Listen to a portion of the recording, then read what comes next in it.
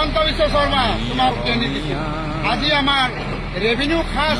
ভাঙিছা খালি পাট্টাৰ মাটিত সোমাম আর তোমাক এদিন হলেও আমি এই খাস মাটিত ওলাই লৈ আহিম খাস মাটিত তোমালোকে বসবাস কৰিব লাগিব সহ্য কৰিয়ে খাস মাটিত বসবাস কৰবে এতিয়াৰ পৰা আমি এটাই ধ্বনি দিম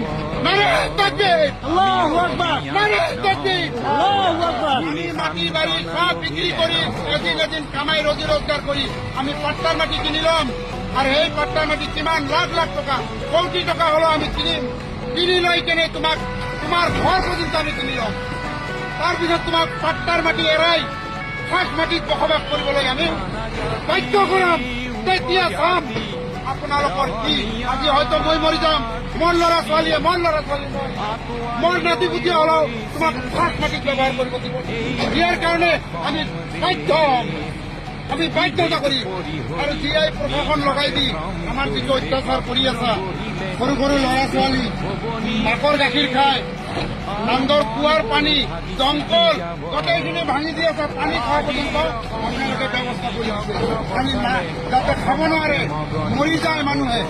এইখিনিয়ে কলো মোৰ নামটো সন্মুখত ৰাখি তেওঁ অসমীয়া জাতি সত্তালৈ প্ৰত্যাহ্বান দিছে তাত দুই তিনিটা কথা কৈছে যি অসমীয়াই চিন্তা কৰিব লাগে অসমীয়া মানুহক তেওঁলোকে চ্যালেঞ্জ দিছে যে তহঁতক অৰ্থনৈতিকভাৱেও আমি পিছ পেলাম গতিকে মই ভাবো এই কথাটো অকল সেই মানুহজনৰ কথা নহয় মই বহুত তেওঁলোকৰ মানুহ জানো তেওঁলোকে ভাবে যে 20 বছৰ পিছত লাহে লাহে অসমীয়া জাতিক তেওঁলোকে তল পেলাব পাৰিব শিক্ষা দীক্ষা সংস্কৃতি সকলো দিশতে এই ভিডিঅ'টো হিমন্ত বিশ্ব শৰ্মাৰ বিৰুদ্ধে বুলি ল'ব নালাগে এইটোৱে সব আসল কথা যে সংখ্যা তেওঁলোকৰ সংখ্যা বাঢ়িছে সংখ্যা দি মাৰিম আমি ইনকাম কৰিম অৰ্থনীতি হাতত ল'ম কাৰণ তেওঁলোকে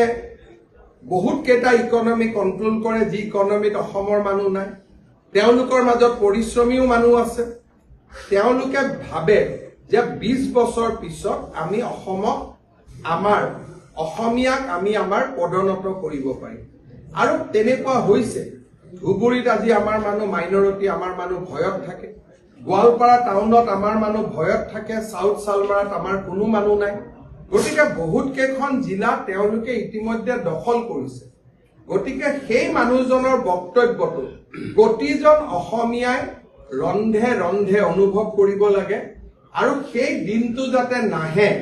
তাৰ বাবে অসমীয়াই নিজৰ সামৰ্থ্য আৰু শক্তিৰে আমি তাক প্ৰতিহত কৰিম